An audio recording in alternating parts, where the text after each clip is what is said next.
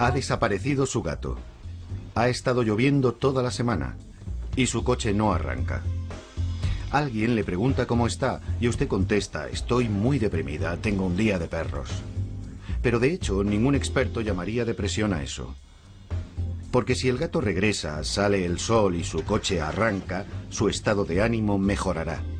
Mientras que si tiene depresión clínica, se necesita algo más de un día con sol para corregir las cosas que se han torcido en su mente.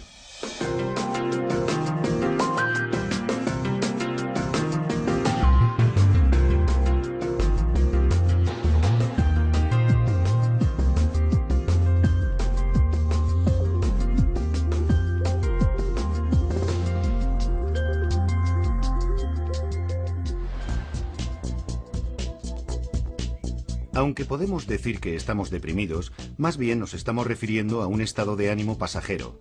Si en la vida las cosas nos van mal y nos sentimos decaídos, sabemos lo que nos ocurre y podemos hacer algo por nuestro estado mental, pero cuando tenemos una depresión clínica no es tan fácil. Una vez alguien dijo que salir uno mismo de la depresión es igual que tratar de levantarte del suelo tirando de los cordones de los zapatos. Y bueno, si puedes hacerlo, entonces no es depresión, no es de lo que estamos hablando aquí. Felizmente casado y con una exitosa carrera en el campo de la publicidad, Matthew Johnson supo que algo iba mal y se pasó años intentando solucionar las cosas por sí mismo mientras luchaba contra la idea de una enfermedad mental. Creo recordar que tuve mi primer diagnóstico cuando tenía alrededor de 30 años, pero no lo creí y no me lo tomé en serio, porque pensé que no encajaba con quien yo pensaba que era. Creo que es un trago muy amargo de pasar que te digan que tienes algún tipo de problema mental. Y en fin, creo que me he pasado toda mi vida intentando evitarlo. Cambiando de trabajo, de relaciones, yéndome de viaje en coche, moviéndome por el país y todo este tipo de cosas. Y supongo que eso era siempre una forma de tratar de correr más que el perro, lo que yo llamo el perro negro. El perro negro, como Matthew describe su depresión en un libro que ha publicado recientemente, fue un gran paso para un ejecutivo publicitario de gran éxito. La publicidad tiene la finalidad de hacer que las cosas parezcan maravillosas, que todo brille, que sea todo sugerente, y creo que la depresión es todo lo contrario a eso. Me imagino que al escribir este libro, en parte, es como si cometiera una especie de harakiri profesional, o como se quiera llamar. Y para saber realmente cómo podría reaccionar la gente con ello, empecé a mostrarles el borrador del libro, y nunca tuve una reacción adversa. Es más, me di cuenta de que todo el mundo tenía su propia historia. El 11 de septiembre de 2001 resultó que Matthew se encontraba a solo unas manzanas del World Trade Center cuando fue destruido. Había estado pensando en este libro mucho tiempo, y creo que eso me dio el empuje necesario para hacerlo. Porque una semana después estaba en la sala de juntas con la gente del departamento gráfico de la agencia en la que trabajaba y el jefe nos dijo: ahora tenemos que trabajar con más ahínco, tenéis que crear unos anuncios mejores. Nuestros clientes nos necesitan más que nunca. Y yo me dije: y una mierda. Eso ocurrió a solo 12 bloques de donde estaba nuestra agencia. Estuvo ardiendo durante 3 meses. Podíamos verlo desde las ventanas y ese fue el momento clave para mí. A Matthew ya no le preocupa cómo pueda reaccionar la gente con su libro. Creo que cómo me afectaba a mí y a mi ego era absolutamente irrelevante, porque pienso que hay mucha gente que necesita ayuda. Y que una de las cosas coherentes que he descubierto escribiendo este libro es que la gente, en el fondo, quiere ser comprendida, quiere que se la entienda, quiere que le confirmen que no está volviéndose loca. Y también quiere tener esperanza. Como bien sabe Matthew, cuando uno está deprimido tal vez no se sienta con muchas esperanzas. Puede que no sienta demasiado. La depresión clínica tiende a invadirlo todo. No es solo una cuestión mental, sino también física. Es muy difícil encontrar la energía necesaria para hacer algo. En realidad tienes que reunir cualquier minúscula gota de energía que puedas encontrar para pasar el día. Además no duermes, tienes insomnio, por lo que siempre tienes déficit de sueño. Es como si todo fuera una gran bola de nieve que al final termina desplomándose a tu alrededor. Y llegas a un punto donde sientes que ya no puedes hacerle frente y que no eres capaz de seguir funcionando. Tu memoria empieza a fallar. Con síntomas así, uno piensa que debería darse cuenta de que algo va mal, pero incluso así no llegaría a pensar que se debe a una enfermedad mental. Al menos 3/4 partes de las personas que veo con depresión, la palabra depresión no es la adecuada para ellas. No la asocian con la percepción de lo que les está ocurriendo. Puede que digan, oiga, es mi estado de ánimo, pero no estoy deprimido. Y sin embargo pueden estar abrumadas por la fatiga, su memoria y concentración estar por los suelos, y tal vez tengan una tremenda dificultad para poder salir adelante con las cuestiones del día a día. Y tú tienes que averiguar el origen de todo esto y decir, bien, no usaremos la palabra depresión, pero vamos a juntar todo eso y verlo como un tipo de enfermedad o estado de salud. Lo llamen como lo llamen, cuando se tiene depresión clínica, la bioquímica del cerebro cambia y los mensajes no llegan de la forma que deberían. Tenemos más de 100.000 millones de neuronas, intercomunicadas por una gran cantidad de uniones. Las conexiones son conocidas como sinapsis. Los mensajes o señales viajan a través de nuestro cerebro a lo largo de las uniones como una serie de impulsos eléctricos, y los neurotransmisores, como la serotonina, son los mensajeros químicos que transportan las señales a través de los espacios sinápticos. Flotan en ellos hasta que se pegan a la siguiente neurona para enviar la señal antes de dar marcha atrás. Si nos fijamos en el cerebro, ¿qué hacen esos neurotransmisores?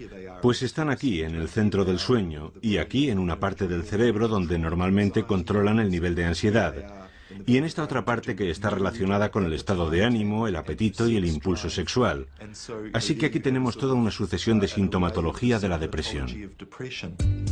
Los neurotransmisores responsables son parte del paquete que heredamos de nuestros padres biológicos, junto con todas las demás cosas, como el color de los ojos o los huesos. Es un vínculo familiar del que Jamie Rose es muy consciente. Mi madre ha sufrido depresión crónica la mayor parte de su vida. Los primeros recuerdos que tengo de ella es de estar enferma.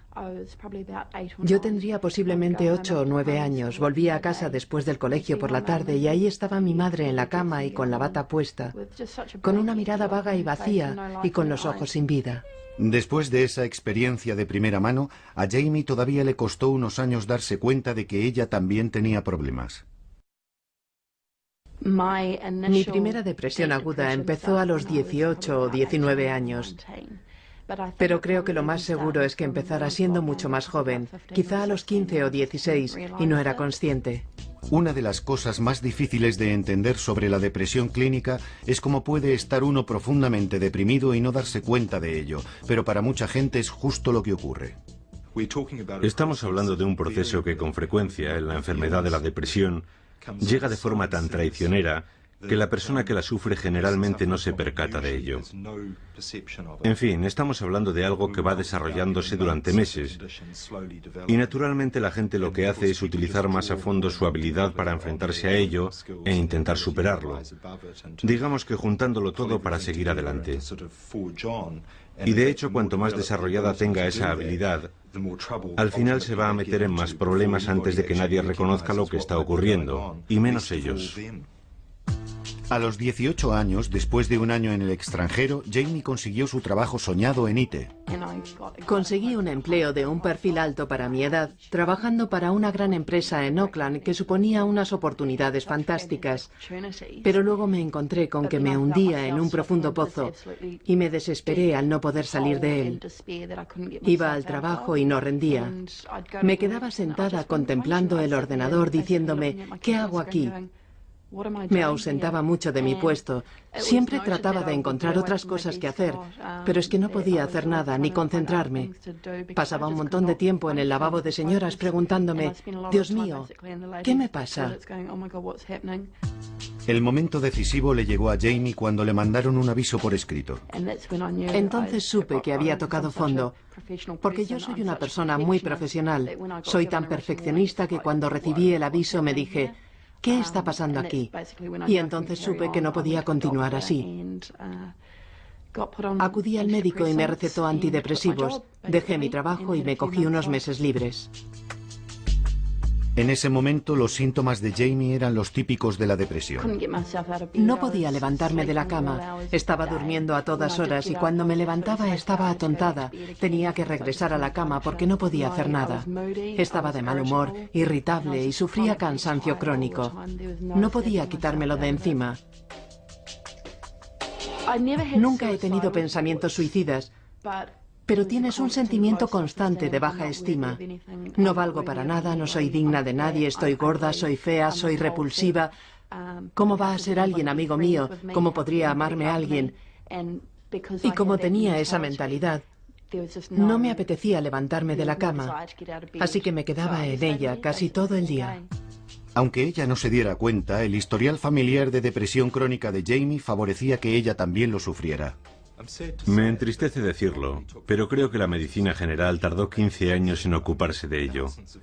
Imagino a miles de personas sufriendo depresión antes de que se les cayera la venda de los ojos y se percataran de que existe un vínculo genético muy poderoso en esta enfermedad. No es un vínculo pequeño, no es como el historial familiar de cáncer de pecho o de cáncer de intestino, donde sabemos que el riesgo ha aumentado, pero aún así lo más probable es que no se tenga la mala suerte de sufrir esas enfermedades. Me he dado cuenta de que si alguien tiene un familiar directo que sufre depresión, debo asumir que esa persona sufrirá depresión hasta que se demuestre lo contrario.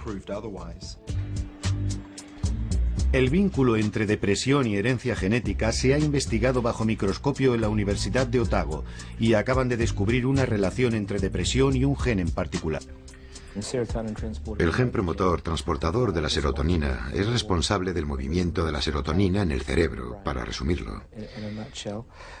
Y algunas personas tienen un tipo de gen muy efectivo, una versión alargada o versión Rolls-Royce, y otras tienen un tipo de gen menos efectivo y que es conocido como la versión vulnerable, la versión corta del gen. Así que algunas personas, en el caso de experimentar en la vida mucho estrés y dificultad, y que poseen la versión alargada del gen, no sucumben. No desarrollan la depresión o empiezan a pensar en infligirse daño a sí mismas o en suicidarse, mientras que otras, con una versión menos efectiva, sucumbirán mucho más rápido. Por supuesto, eso no es tan simple. Los mismos genes son solo una parte de la historia.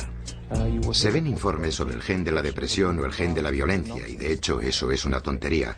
Los genes solo operan en el contexto de ciertos acontecimientos ambientales. Por lo que el tipo de genes que tenemos determina la respuesta de nuestro cuerpo a las cosas que le ocurren. Pero hasta que nos pica un mosquito que transporta la malaria, no sabemos qué versión del gen de la malaria tenemos, o si sufriremos la enfermedad o no. Igual que como muchas otras partes de nuestra salud. Si comemos mucha comida con grasa nos puede causar un problema, pero tal vez no.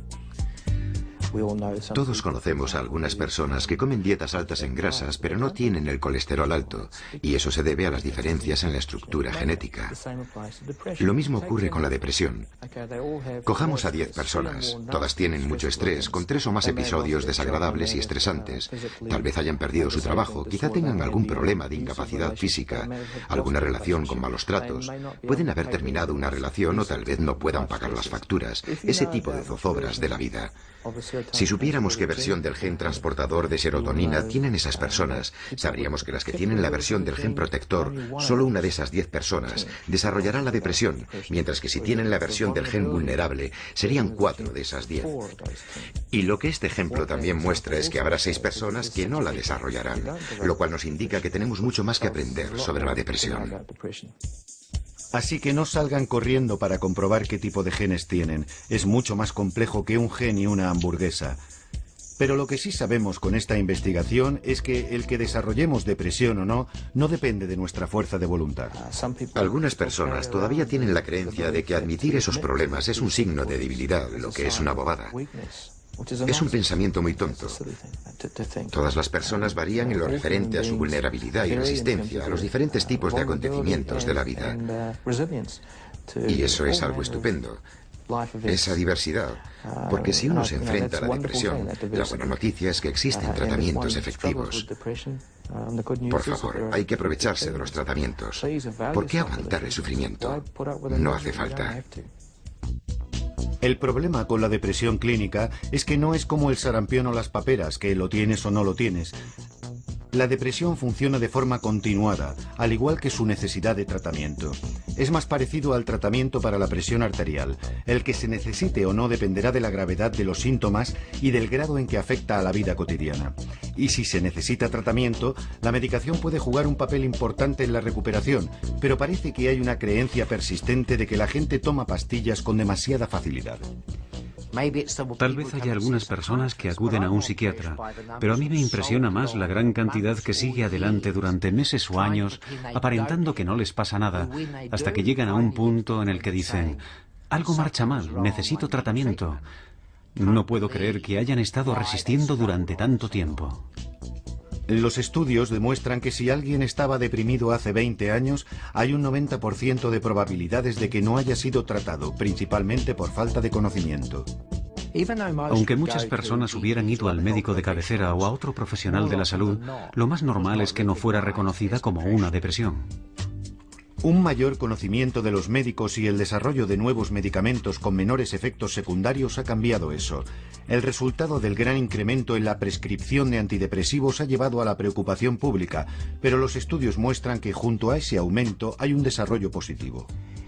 La depresión es sin duda uno de los principales factores de riesgo en el suicidio, y lo que hemos comprobado en los últimos 5 o 10 años es que el índice de prescripciones de antidepresivos ha aumentado, y la tasa de suicidio está empezando a disminuir en Nueva Zelanda, en Australia y en un gran número de países europeos. Otro aspecto de preocupación pública es si la gente está tomando antidepresivos sin que lo necesite realmente. Si no sufres la enfermedad, no te beneficiarán en nada. Solo te harán sentir normal si de entrada no te encuentras bien. Así que estos medicamentos, como algunos narcóticos, no te proporcionarán ningún subidón artificial. Ese no es el caso. En realidad, lo único que pueden hacer es devolverte a la normalidad, al nivel de la vida cotidiana. No pueden subirte por encima de ese nivel. La gente a la que se le ha prescrito la medicación correcta no tiene ninguna duda de por qué se la toma. La medicación es necesaria para estabilizarlo todo y para ponerme en un nivel en el que pueda funcionar y luego empezar a curarme. Para cuando el músico y guía de museo Norrie Gibson consiguió llegar hasta aquí, estaba luchando contra la depresión. La gente no tenía forzosamente que saber a lo que yo me enfrentaba, pero a veces estuvo a punto de destruirme. Fue sumamente agotador y necesité una enorme cantidad de energía que no tenía. No dormía bien, perdí la alegría por todo lo que antes me había proporcionado júbilo, perdí el entusiasmo por la música, que era mi vida. Necesitaba ayuda. Sabía que necesitaba ayuda. Con esos síntomas, el primer equipo médico al que acudió Norrie no tuvo problemas para encontrar el diagnóstico correcto y prescribirle antidepresivos. Como médicos de cabecera, frecuentemente vemos dos milagros en la medicina general. Uno de ellos es cuando llega alguien con neumonía y le recetas penicilina. Es milagroso lo que ocurre. Bueno, 2 días después la transformación es absolutamente llamativa. Un milagro a escala parecida es la transformación de alguien que ha sido diagnosticado correctamente de depresión y recibe el tratamiento adecuado. Hay una transformación milagrosa en esas personas. La medicación me permitió vivir mi vida y hacer cosas que necesitaba. Me ayudó a dormir, algunas veces con más éxito que otras, pero eso fue uno de los puntos clave para estabilizar mi sueño. La medicación que estaba tomando Norrie era para incrementar los niveles de serotonina en el cerebro. Si estamos deprimidos, los niveles de serotonina son bajos. Hay muy poca serotonina flotando en el espacio sináptico para pegarse a la siguiente célula y pasar los mensajes.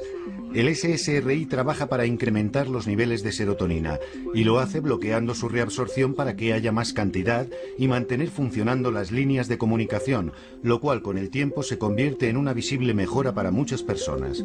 Pero aunque los medicamentos pueden ser una parte clave en el tratamiento de las depresiones severas, obtener los adecuados puede ser cuestión de ir probando.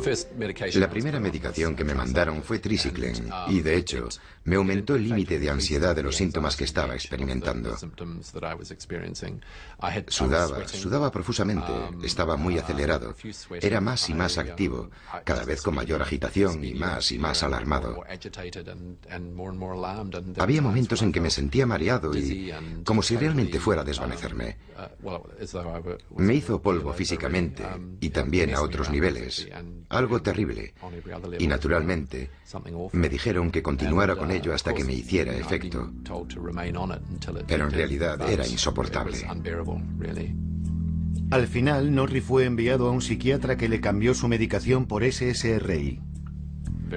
Muy efectivo, desde casi al principio. Una de las primeras cosas que me dijo cuando me lo estaba recetando fue: si tienes problemas con esto, deja de tomarlo. Vaya, que me dio el margen de tomármelo con seguridad. No sigas con esta medicación si te ocasiona más problemas que mejoría. Así que eso fue tremendamente tranquilizador después de la anterior experiencia. La desagradable experiencia de Norrie no es nada insólito, ni tampoco lo es la reticencia de Matthew a medicarse al principio. Yo, al principio, tenía una sensación de fracaso por tener que medicarme debido a lo que estaba pasando, y fue muy duro. A Matthew también le fue difícil dar con la medicación adecuada para él. De hecho, terminaron dándome un anticompulsivo, que no estaba prescrito como un antidepresivo, pero los psiquiatras habían descubierto que los anticompulsivos parecían funcionar en personas que no respondían bien al SSRI, y en realidad me fue bien durante un tiempo. Aquello me funcionó. Yo pasaba por unas etapas muy críticas, y digamos que aquello me nivelaba. Pero sí, tuve algunas experiencias horribles con algunos medicamentos. Encontrar el medicamento adecuado y la dosis correcta para llegar a una recuperación total lleva su tiempo, pero vale la pena perseverar. Estar un poco mejor no es suficiente. El objetivo es llegar a sentirse de nuevo como era uno antes.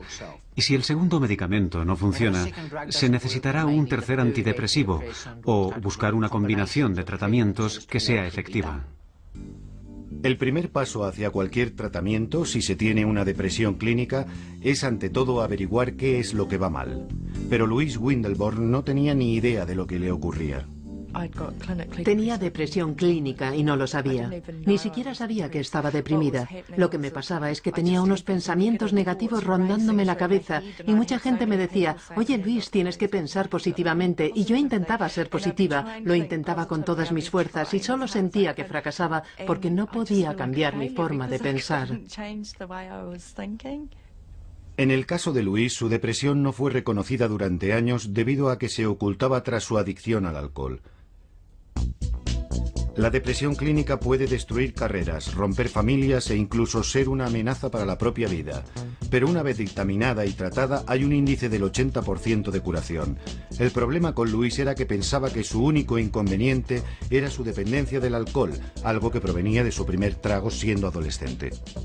Desde luego es bastante memorable porque recuerdo que me sentía muy popular, segura y estupendamente. Y fue esa diferencia lo que me hizo convertirme en adicta y dependiente. Como Louise, muchas personas tratan de automedicarse para la ansiedad y la depresión con el alcohol.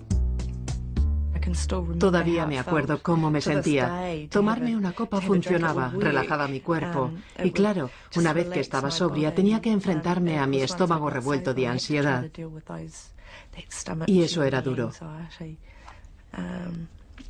Pero al final el alcohol tampoco me lo solucionaba y dejé de trabajar. Para algunas personas, si no estás deprimido clínicamente, puede ser el mismo alcohol el que provoque esos problemas.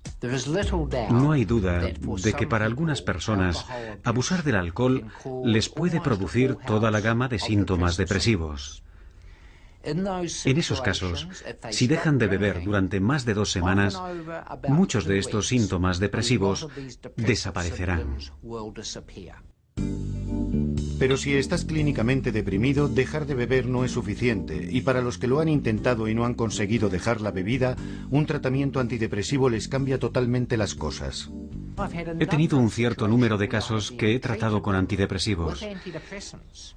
Y cuando su estado de ánimo ha mejorado, a pesar de la bebida, han sido capaces de dejar de beber justamente porque su estado de ánimo era óptimo. Louise dejó de beber cuando se quedó embarazada, pero los pensamientos de autolesionarse no desaparecieron. Luego, después de una tremenda borrachera, intentó suicidarse. Louise dejó de beber, envió a su hijo a vivir con su padre, emprendió un programa de 12 etapas y esperó que su vida mejorara. Cuando dejé de beber esperaba recuperarme rápidamente. Pensaba que mi vida mejoraría y que me sentiría feliz, pero eso no fue así. Pasaron años sin que ocurriera eso. Al final fue el padrino de su programa el que insistió para que Louise acudiera a un psiquiatra. No podía dejar de llorar. Y me dijo, bueno, ¿cómo se encuentra? Y yo le contesté, muy bien, no pasa nada. Claro, obviamente no era así. Me dio a rellenar un formulario y me dijo, mire, si se deja guiar, la medicación probablemente le ayudará mucho. Y yo acepté, sin ganas. Además de estar decidida a tomar la medicación, Louise se dio cuenta de algo importante. Descubrí que en realidad tenía depresión, que tenía una ansiedad grave, que tenía ataques de pánico, y no importaba cómo se habían producido, sino que los estaba teniendo.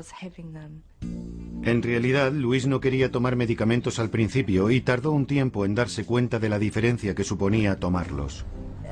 No fue un arrebato repentino de me siento mejor y todo es maravilloso. Todo fue muy gradual. Lo que me ocurrió es que como un mes después iba en el coche conduciendo, sonó una canción y me puse a cantarla y pensé, Dios mío, hace mucho tiempo que no hago esto. Y empecé a tener otros pensamientos como, vaya, esta canción es muy buena. En fin, esa sensación de alegría y ese sentimiento fue muy profundo para mí. La reticencia inicial de Louise para tomar la medicación es típica en la depresión clínica. Es una parte común de no reconocer o de no querer admitir ni para uno mismo lo enfermo que estás. Norrie es muy consciente del por qué lo pospuso durante tanto tiempo. En todo lo relacionado con la salud, yo prefería tratarme con naturopatía y con homeopatía. Soy receloso con la medicación química, así que tardé un tiempo en decidirme diciendo, oye, tienes que dejar eso de lado, necesitas ayuda de otra clase. Y una vez que tomé la decisión pensé, bien, lo haré. Pero dentro de mí quedaba un pozo residual que me impedía, me resultaba difícil decir, estoy ante un asunto de salud mental grave y necesito medicación. En fin, creo que eso es un gran paso para cualquiera. Cuando a Norrie le prescribieron la medicación, estaba ya muy hundido en la depresión continua. Mi sistema nervioso se colapsó totalmente, por lo que llegué a pensar que una definición bastante precisa era la de una crisis nerviosa. El proceso normal para afrontar el estrés, cuando eres capaz de procesar una situación y luego actuar, algo que la mayoría lo hacemos de forma intuitiva, de forma natural, para resolver cualquier cosa o hacer frente a algo que necesita atención, había desaparecido. Era como si los mensajes estuvieran todos mezclados. En realidad era demasiado enfrentarse física, mental y emocionalmente a ello. Por ejemplo, vas un día a un supermercado, das vueltas por el interior y tal vez te pasas 40 minutos allí para irte sin haber comprado ni una sola cosa porque no has podido tomar una decisión. No podía actuar.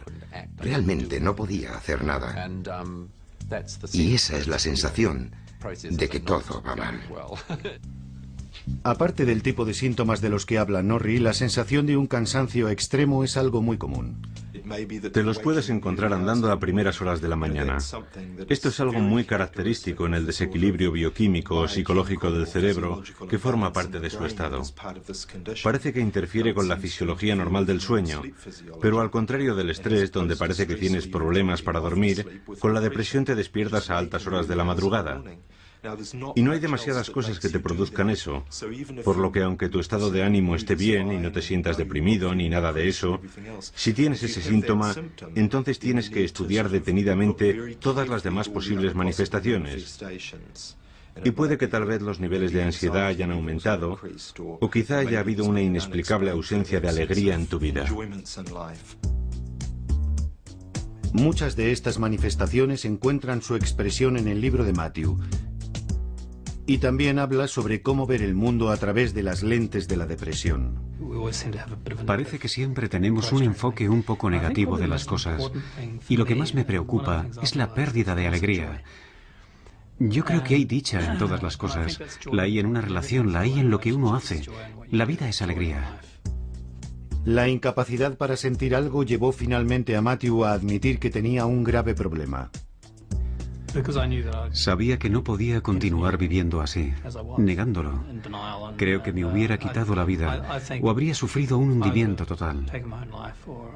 Y creo que llegué a un punto en el que debía decidir qué hacer con mi vida y saber qué era lo más importante: salvar las apariencias o intentar realmente vivir lo más feliz posible. Una vez que admitió su depresión, Matthew estaba destinado a recuperarse, pero era tan reticente a la psicoterapia como lo había sido a la medicación. De hecho, recuerdo que antes de ir a ver al terapeuta tenía pavor. Pensaba, Dios, soy un perdedor. ¿A dónde ha ido a parar mi vida? Pero cuando ya estaba en el periodo de recuperación, fue algo estupendo. Era lo que verdaderamente había estado esperando, porque me sentía libre y podía decir todo lo que quería, y creo que eso es muy beneficioso. Cada vez hay más estudios que demuestran que algunos tratamientos psicológicos pueden ser tan beneficiosos como la medicación. Es evidente que en la depresión está implicado algo más que los niveles de serotonina. Ahora entendemos que hay ciertos circuitos en el cerebro que están implicados y que funcionan mal cuando las personas están deprimidas. Así que la cuestión central del tratamiento por depresión es cómo hacer que los circuitos funcionen de nuevo. Y la medicación no es la única opción. Los circuitos involucrados están en la parte frontal del cerebro donde está el pensamiento, al igual que en la parte central donde se procesan las emociones, tales como el miedo y la alegría a través de la amígdala y el hipocampo. Estos circuitos influyen entre sí. Por lo que actualmente decimos que los antidepresivos modulan estos circuitos depresivos, trabajando desde abajo, mientras que la psicoterapia, como la terapia del comportamiento cognitivo, puede que los module desde centros más altos dentro del cerebro. Pero en cuanto a lo que puede o no puede funcionar y lo bien que podría hacerlo, vale la pena estar al tanto del tipo de terapia que se está recibiendo. No estamos hablando del grado más grave de la escala, sino entre el grado suave al moderado y los tipos de tratamiento específicos. Y debo decir que la ayuda psicológica convencional no es efectiva como tratamiento a la depresión. Una buena analogía podría ser la de que si te rompes una pierna, el que tengas ayuda psicológica por ello tal vez te ayude en cuanto al hecho de que tienes una pierna rota y en saber organizarte la vida. Pero no va a cambiar el hecho de que vas a tardar 6 semanas para que se cure la pierna y que en realidad solo hace falta tenerla enyesada. Norrie tiene muy claro que lo que verdaderamente siente ayudó a su recuperación. En ese tiempo acudí a un par de consejeros, tal vez unas 3 o 4 veces, y me di cuenta que más bien trabajaban en cuestiones del presente. Pero lo mío era mucho más profundo que eso. Pude comprobar que esa ayuda me era muy beneficiosa para afrontar las situaciones actuales en la vida. Pero para mí la clave fue la psicoterapia, y siempre he tenido la sensación de que necesitaba profundizar más y trabajar a un nivel mucho más profundo. Norrie cree que su depresión se remonta a cuando su familia se desgajó con el divorcio de sus padres cuando tenía 6 años. En mi caso particular, es obvio que mi tendencia a la depresión creció por el sentimiento de una gran pena y pérdida en mi más tierna edad. Algo que no supe darme cuenta del todo o reconocerlo. Ni fui capaz de expresarlo o afrontarlo de ninguna manera, en realidad. Era demasiado pequeño. Norrie identificó algo a lo que debía enfrentarse, pero mucha gente no tiene ninguna razón aparente para su depresión. Creo que esto es justo la clave de la confusión sobre lo que es esta enfermedad. En fin, esto podría ser algo totalmente desligado de cualquier otro tipo de dificultad que se haya tenido en la vida. No hace falta un problema en la vida para sufrir esta enfermedad de manera muy aguda. Y por supuesto se pueden tener muchos problemas en la vida, solucionarlos y seguir padeciendo esta enfermedad. Las buenas noticias son que el cerebro puede ser mucho más resistente de lo que pensábamos. Hace muchos años se pensaba que tenemos cierto número de neuronas cuando somos adultos y que luego van muriendo. Eso no es cierto. Se van creando neuronas constantemente. Y cada vez hay más pruebas que nos dicen que los antidepresivos trabajan fomentando el crecimiento de nuevas neuronas en el cerebro. A pesar de que se nos ha dicho que beber demasiado mataba las células de nuestro cerebro para siempre, ahora sabemos que los cerebros adultos son más activos de lo que pensábamos. Al igual que en el resto de nuestro cuerpo, tiene lugar un proceso constante de muerte celular y renovación. Pero cuando estamos un tiempo deprimidos, se renuevan menos cantidad de células cerebrales y las conexiones disminuyen. Es como si nuestro cerebro empezara a desconectarse. Los antidepresivos parece que favorecen que las conexiones vuelvan a conectarse. Otras cosas como el ejercicio y la dieta también parece que ayudan. Creo que en el contexto de la depresión clínica aguda, todas esas cosas nunca serán suficientes. Pero en algunas ocasiones sí pueden serlo justo para alterar ese equilibrio e influir en lo que sienten esas personas. Actualmente, Jamie está muy atenta a cómo se siente y utiliza varias actividades diferentes, incluido el ejercicio regular para mantenerse saludable. Un par de veces a la semana salgo a caminar, paseo y veo a mis amigos. Si me siento hundida, sigo saliendo y trato de vivir la vida. He empezado a pintar. Es una birria, pero yo continúo con la pintura porque es una liberación. La recuperación de Jamie ha sido un proceso constante a lo largo de más de 3 años. No fue una reacción instantánea, ni fue como, ahora me siento genial. Fue una cuestión de ser constante con todas las cosas. Para Jamie, el ser capaz de disfrutar de todas esas cosas demuestra lo lejos que ha llegado desde la época de su depresión clínica aguda. No hubiera sido capaz de hacer todo esto. Me hubiera sido imposible emprender algo. Cuando no trabajaba me pasaba el día en pijama. Era impensable que pudiera entenderlo o incluso salir a la puerta. Esos días están ahora muy lejanos y Jamie confía en poder estar sin medicación y no recaer. Pero para Louise es una parte necesaria para mantenerse saludable. Hago lo que debo hacer, estar bien, y para ello tengo que tomar antidepresivos. Me ayuda a que mi mente no salga galopando. Yo no tengo pensamientos autodestructivos como tenía cuando no me medicaba. Así que no lo recomendaría para todo el mundo, pero yo necesito tomar medicación para que no vuelva a ocurrirme, o al menos para aliviarme.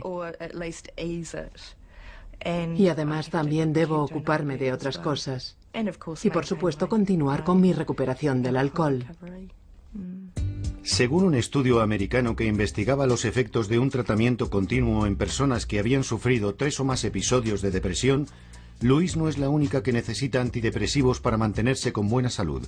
Todos los participantes en el estudio habían estado bien durante 6 meses después del tratamiento, el cual combinaba psicoterapia y medicación. De aquellos que habían dejado todo el tratamiento, el 10% siguió perfectamente durante los siguientes 3 años. De los que siguieron solo con la terapia y no con los antidepresivos, el 30% siguió bien. De los que continuaron con la medicación pero no con la terapia, el 80% siguió en buenas condiciones los siguientes 3 años. El motivo principal por el que ese 20% no mejoró fue más bien porque no siguieron tomándola como les fue prescrita. Si esas personas hubieran tenido varios episodios de depresión, entonces muchas de ellas probablemente hubieran tomado antidepresivos de forma continuada para prevenir futuros episodios de depresión recurrente. Y si se deja la medicación, más vale no dejarla demasiado pronto. Mis deseos eran los de no tener que medicarme durante mucho tiempo.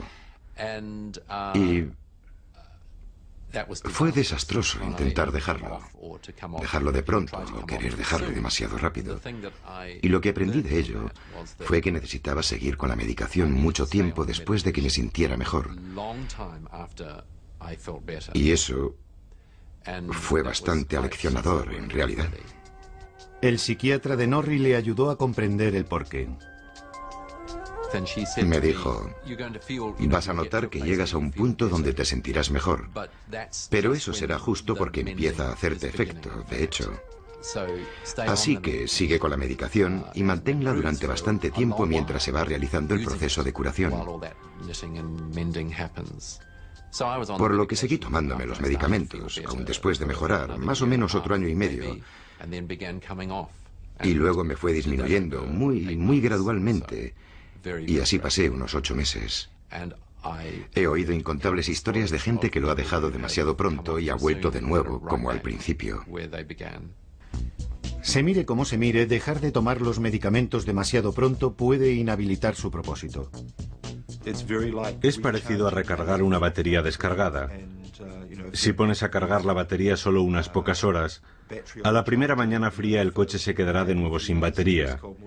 Y es lo que ocurre con los antidepresivos cuando no se toman durante el tiempo necesario para que el cerebro pueda volver a establecer un modelo normal. De acuerdo con la investigación, merece la pena tomarse el tiempo necesario para volver a la normalidad, porque una de las cosas que predice con más coherencia es si vas o no a volver a tener depresión y si estás totalmente recuperado desde la primera vez. Las personas que consiguen recuperarse del todo es más que probable que continúen bien, mientras que el más mínimo y ligero síntoma residual de depresión predice muy claramente que es muy posible que la depresión vuelva a resurgir. Pero tal vez se necesite más de un tipo de tratamiento y mucha perseverancia para conseguir la recuperación total. No hay que aceptar solo ponerse bien a medias. Si se toman antidepresivos y se está un poco mejor, pero no totalmente curado, hay que anticiparse y decirle al médico que nos atiende: no, aunque estoy mejor de lo que estaba, no lo estoy del todo. Las personas que asisten a psicoterapia por depresión tardan menos de un año, tal vez 2 o 3 meses, pero si no encuentran un beneficio real en 2 o 3 meses de terapia, tendrían que preguntarse si esa terapia es realmente para ellos. Si no, deberían probar con antidepresivos, o si no, deberían intentar otro tipo de terapia. No se conformen con "eso tarda un año en que funcione". Luis también piensa que es importante encontrar el profesional adecuado que te trate. He tenido experiencias sumamente negativas que contribuyeron a que mi estado empeorara. Si no te sientes mejor después de que te trate alguien o después de un tiempo prudencial, cuando ves que todavía te sientes peor, entonces inténtalo con otros profesionales.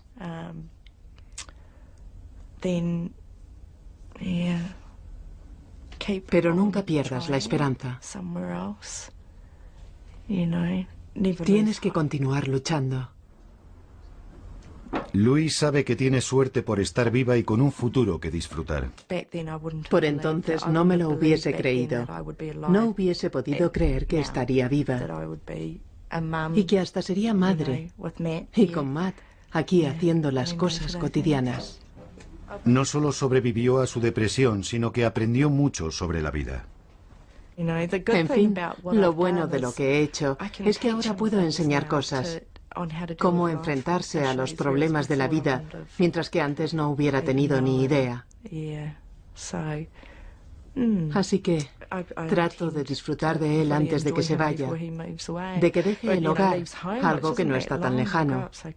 Crecen demasiado deprisa, pero ahora tengo otras posibilidades, aunque no sé lo que me deparará el futuro. Aunque en su futuro puede que todavía exista depresión, Matthew sabe ahora que puede vivir con ella. Alguien dijo: lo más importante es recordar que no importa lo mal que se pongan las cosas si se toman las medidas correctas. Las sombras del perro negro pueden desaparecer y lo harán. Y creo que en realidad los malos tiempos son como las tormentas. Llegan y hacen daño y causarán todos los estragos que puedan. Pero creo que hay que reaccionar como con las tormentas, porque eso es lo que mi esposa, Ainsley, siempre me decía. Esto pasará. A veces no creía en ello, pero ella tenía razón, y así fue. Cuanto más lo combatas, tanto más batallarás con ello. Cuanto más trates de pasarlo por alto, más tiempo permanecerá ahí. Y ese es el motivo de que el libro del perro negro siempre me analice a mí. Y es que creo que solo está esperando. Bueno, espera que yo tome medidas. Porque yo no lo considero como si el perro estuviera muerto o como algo maligno. Más bien creo que, de hecho, es algo que forma parte de nosotros orgánicamente y que necesita que se le dé una respuesta.